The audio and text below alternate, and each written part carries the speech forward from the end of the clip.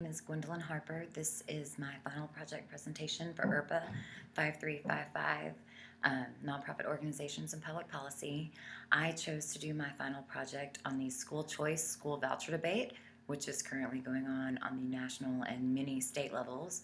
I focus school choice particularly on the school voucher system that I'd like to see enacted here in Texas. Proponents of school vouchers feel like they will increase school competition, giving us better schools across the state, along with offering a choice to parents, especially those with low income that don't necessarily have the means right now to put their child in a private school or really have any choice other than the home school that they are designated to due to their neighborhood. School vouchers will also help increase funding in public schools, and they will help to grow our private schools, but both for-profit and nonprofit.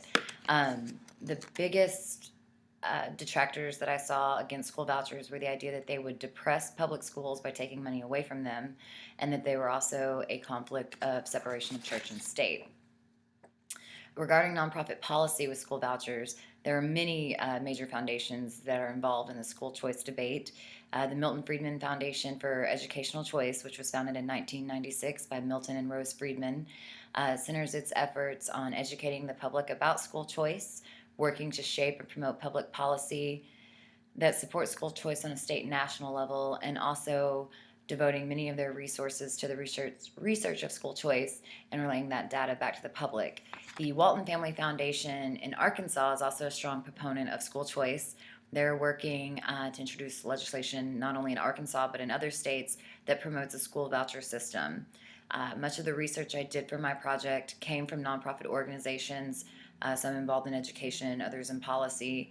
The Annie E. Casey Foundation was a wealth of information. They are focused on child enrichment through education. I also utilized the National Center for Policy Analysis, which reviews different policies and legislation across the country and gives an in-depth insight into policy and design. By supporting school vouchers, we would actually see an increase of money flowing into the public school system. Currently, the state of Texas spends $8,788 per pupil.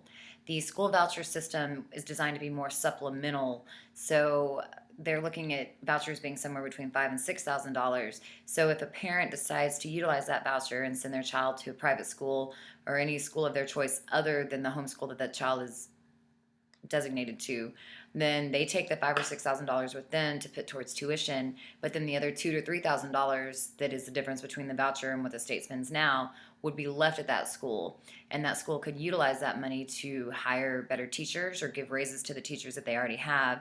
It could be used to introduce new technologies, because we know a lot of our public schools don't have near the technology budget that they need, and it could also be used to introduce more arts and music into the schools, which is a big difference that we see between our public schools and our private schools.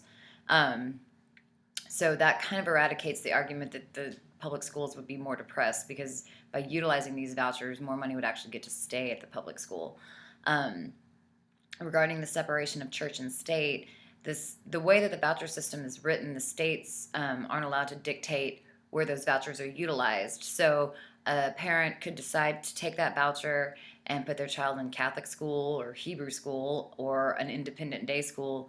It wouldn't really matter as long as the state isn't advocating parochial school versus independent school, whether they be profit or nonprofit.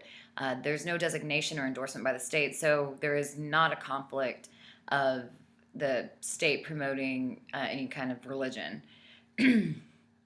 And we would also get to see a lot of these parents, especially in low-income areas, that don't have access due to the financial means to private school, where many would like to send their children. They're just stuck with the homeschool, oftentimes with non-impressive test scores, but due to where they live, that's where they go. And when it comes to low-income families, they often don't have the opportunity that upper and middle-class families have of being able to move into the district that you want to be in. So currently there are programs in place in DC, San Antonio, Milwaukee, San Diego, and hopefully in the coming years, as more and more people learn about school choice, we'll be able to see a voucher program enacted here in Texas that will really benefit our Texas kids. Thank you very much.